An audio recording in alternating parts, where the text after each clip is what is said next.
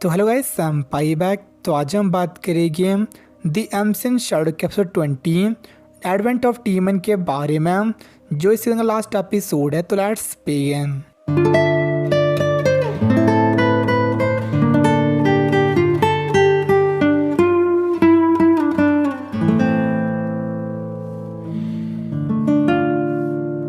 तो last episode में मुंदानी iris को हरा के अपने आप को शैडो रिवील करता है और साथ में वो रोज़ को अपने आप को मारने से भी रोक देता है।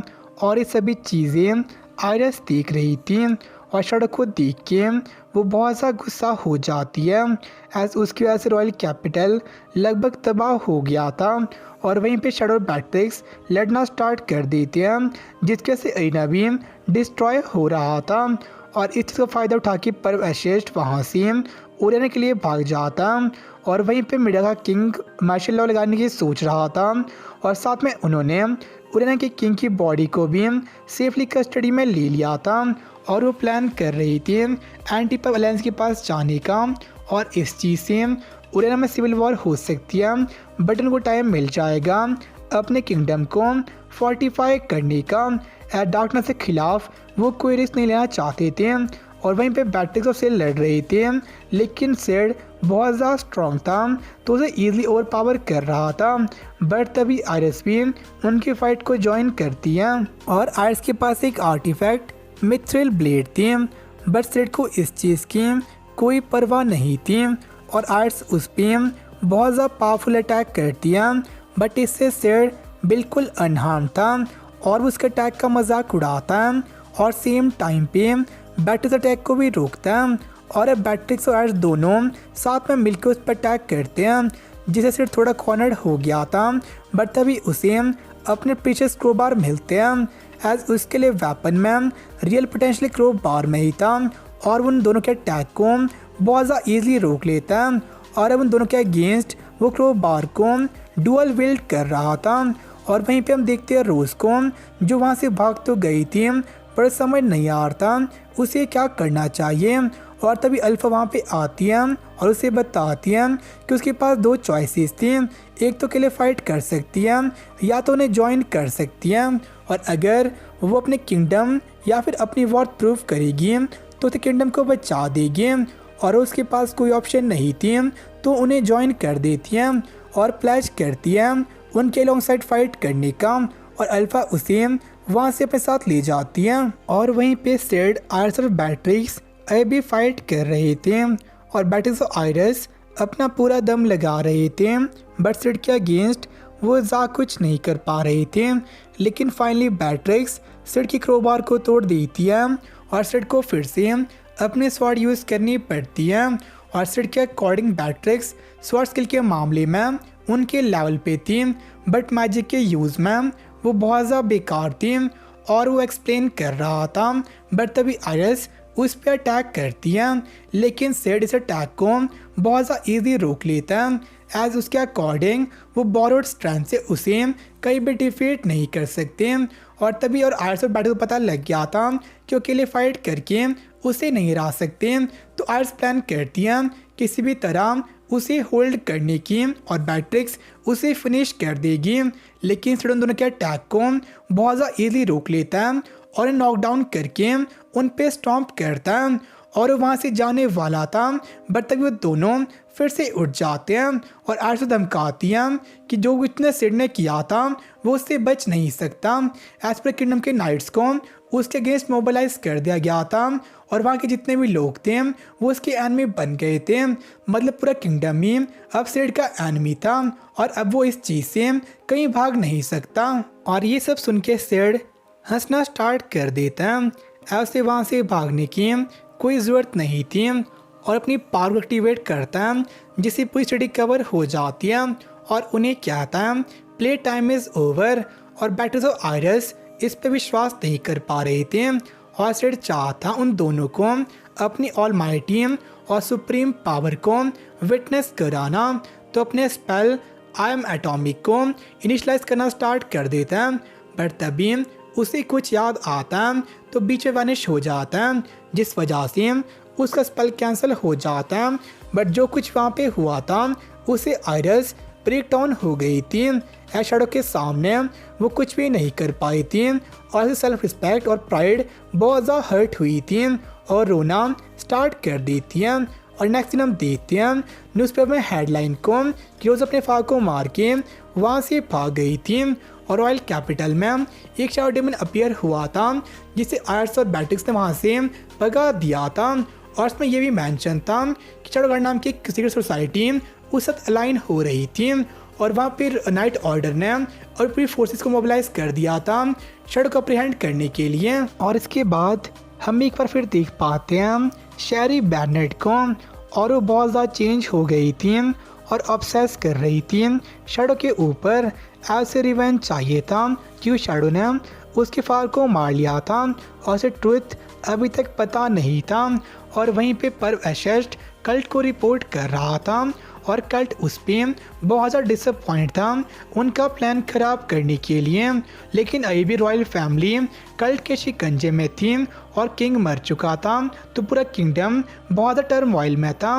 तो परवेशेस्ट के अकॉर्डिंग रोज़ इस सब चीज़ को ज़्यादा देर तक इग्नोर नहीं कर पाएगी और सिर्फ वहाँ पे वापस आना पड़ेगा। तो कल्ट भी उसे एक और चांस देता है अपने आप को प्रूव करने के लिए। और दूसरी ओर बैट्रिक्स भी शहर से वापस जा रही थी और आयर्स को एडवाइस करती है शैडो पे ऑब्सेस ना होने के लिए। ऐसी बहुत सी एंटिटीज़ थी जिन्हें मॉर्टल राइवल नहीं कर सकते, लेकिन आयरस बहुत ज़्यादा एडमेंट थी एज शैडो के लिए ग्रज बहुत ज़्यादा डीप लाइक करता है। और बैट्रिक्स वहाँ से चली जाती है एज उसके लिए वहाँ पे कुछ भी वर्क नहीं किया था क्योंकि वहाँ पे वो आई थी अपनी नीस को ढूंढने के लिए बट से कोई भी क्लू नहीं मिला था। लेकिन फिर भी उसने बहुत सी मेमोरीज बनाई थी तो पर टाइम लेगी और उसे ढूंढने का प्रयास करती रहेगी। और इसके हम देखते हैं गामानी और बेटा को और वो तीनों में से शूट कर रहे थे कि सिड ने अपने आप को डिकॉय यूज़ किया था मिडा किंगडम को डिस्ट्रैक्ट करने के लिए ताकि ओरियाना में वो इन्वॉल्व ना हो सके। और वहीं पे एटा ने कम्युनिकेशन डिवाइसेस बना दिए थे अपने मैसेज ट्रांसफ़र करने के लिए कोडिक लैंग्वेज में। और इसके हम देखते हैं शैडोलैंड के बाकी मेंबर्स जैसे एप्सिलॉन, ओमेगा, काई और डेल्टा को और वो प्लान कर रहे थे लॉलेस सिटी और मेजर कॉर्पोरेट अलायंस पे नज़र रखने की। और इसके बाद पोस्ट में पता चलता है कि मित्सुगाशी उनके स्कूल की रिकंस्ट्रक्शन को फंडिंग कर रहा था और स्केल अभी एक लॉन्ग टर्म जॉब कर रहा था शायद अपने बैट के डेब्ट को चुकाने के लिए। और उसी शिप पे हम देखते हैं सेटा को और जब पो से बताता है कि उसने भी एनर्जी देखी थी जिसने पूरे शहर को कवर किया था तब सेट को रियलाइज होता है कि उसने इस पर चीज़ों को ओवरडेट कर दिया था। और वो डिसाइड करता है नेक्स्ट पार्ट से चीज़ों को टोन डाउन करके शैडो में रखने का। और वहीं पे रोज और अल्फा केगनो के एरिया में थे जहाँ पता चलता है कि क्लियर ने बुशिन फेस्टिवल जीत लिया था और अल्फा और रोज को उनके हाइडआउट ले जा रही थी जो एक माउंटेन में था जहाँ जाने के लिए उन्हें फर्स्ट पास करना पड़ता है जो कि इंजेस्टेड था स्ट्रॉन्ग मैजिक बीस्ट के साथ में। लेकिन जब सिड लास्ट टाइम आया था उसने वहाँ के रूलर मिस ड्रैगन से फाइट की थी और उसे हरा दिया था। और हारने वाले ड्रैगन ने सिड को वहाँ का रूलर डब किया था और से अपनी ब्रेथ में बात कराया था और उसके बाद से उन्हें वहाँ के बीस्ट ज़्यादा परेशान नहीं करते। और इसके हम देखते हैं एशियंट कैपिटल अलेक्जेंड्रिया को जो कि उनके बेस ऑफ ऑपरेशन था और अल्फा रोज को एक और नेम्ड शैडो लैम्बडा से मिलाती है एज लैम्बडा वहाँ की ट्रेनर थी तो वही नए रिक्रूट को ट्रेन करती थी और लैम्बडा रोज को एक नई स्क्वाड में डालती है और इसका नाम बदल के नंबर 666 कर देती है क्योंकि रोज वहाँ पे नो बॉडी थी तो उसे अपना नाम क्लोज और सब कुछ कास्ट अवे करना पड़ेगा। और लैम्बडा उस रैपर को भी काट देती है जो उसका लास्ट कनेक्शन था सिड के साथ में। और क्योंकि रोज़ सिड से बहुत ज़्यादा प्यार करती थी और उसका लास्ट कनेक्शन भी टूट गया था तो रोना स्टार्ट कर देती है। और वहीं पे सिड अंडरग्राउंड रूइंस में पियानो बजा रहा था और प्लान कर रहा था उसे आगे क्या करना चाहिए एज ऑफ अवेकनिंग में बहुत ज़्यादा कम टाइम बचा हुआ था। और इसके साथ एपिसोड और साथ में सीज़न 1 भी एंड हो जाता है बिना किसी नए सीज़न के अनाउंसमेंट के साथ में। तो आज का एपिसोड बहुत ज़्यादा सही था और इसके बारे में हम बहुत कुछ बात कर सकते हैं, तो मैं कुछ भूल सकता हूँ, आप उसे कमेंट कर देना। तब से पहले स्पीड की वजह से बहुत सी लड़कियाँ रो रही थी और डिवास्टेटेड थी। जी सबसे पहले बात करते लक्ष्य के बारे में, ऐसे पता था वो उनकी हेल्प नहीं कर सकती हैं, बट फिर भी वो प्रैक्टिस कर रही थी। एज उन्होंने डिसाइड किया था वही पाथ फॉलो करने का। एंड वहीं पे उसकी बहन आयरस वो बहुत ज़्यादा डिवास्टेटेड थी। एज वो सेम दिन में एक बंदे से 2 बार हारी थी, आर्टिफैक्ट के साथ में भी, और इस वजह से वो बहुत ज़्यादा टूट गई थी। बट फिर भी शैडो से रिवेंज चाहती थी।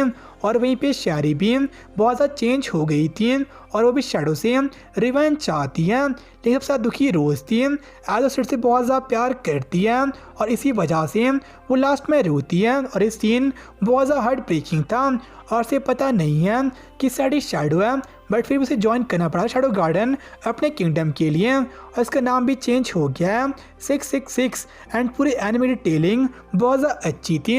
एज हम देखते हो ज्वाइन करते एक स्क्वाड को 665 और 664 के साथ में। और जो फर्स्ट एपिसोड था वह हम इन दोनों के साथ में लड़की को देखते हैं और हमें आज पता चलता है कि वो रोज़ ही थी। और रोज़ का नाम ट्रेड्स में भी अब 666 चेंज हो चुका है और ये नाम रिप्रेजेंट करता है शैडोगन के नंबर्स को। और इन नंबर्स की वजह से उन्हें अलेक्जेंडर एस्टैब्लिश करना पड़ा था। और इस एपिसोड पहले और हम देखते हैं कल्ट के कोर मेंबर को। और इस एपिसोड में हम सभी 7 शैडोज को देख सकते हैं और साथ में एक और नेम शैडो लैम्बडा को भी। और एपिसोड के बीच में स्प्लिट सेकंड के लिए हम विक्टोरिया को भी देखते हैं जो शैडो गार्डन की नंबर 559 है। और 7 शैडोज के अलावा बस विक्टोरिया रोजी ऐसी मेंबर्स थे जिन्हें सीजन डायरेक्टली पावर दी थी। और इसके साथ ही पूरी सीरीज एंड हो चुकी है। और बीच में न्यूज़ आ रही थी सीजन 2 12 एपिसोड का होगा, तो देखते हैं ये अनाउंसमेंट कब आती है। बट आई एम होपिंग कि बहुत ही जल्द आ जाए। और मेरे अकॉर्डिंग इसमें या तो ओरेना किंगडम या फिर लोरा सिटी में पता चलेगा। और इसके साथ ही मैच शेड्यूल ओपन हो चुका है, तो जिस एनिमे की एक्सप्लेनेशन आप जानना चाहते हैं आप वो कमेंट कर सकते हैं। और नेक्स्ट वीक कोई वीडियो नहीं आएगी एग्ज़ाम की वजह से, बट उसके बाद वीडियो रेगुलरली आ जाएगी। तो आपसे मिलते हैं उसके बाद ही, तब के लिए बाय सनरा। फील करो खुद को, उड़ने लगा मैं आसमान में।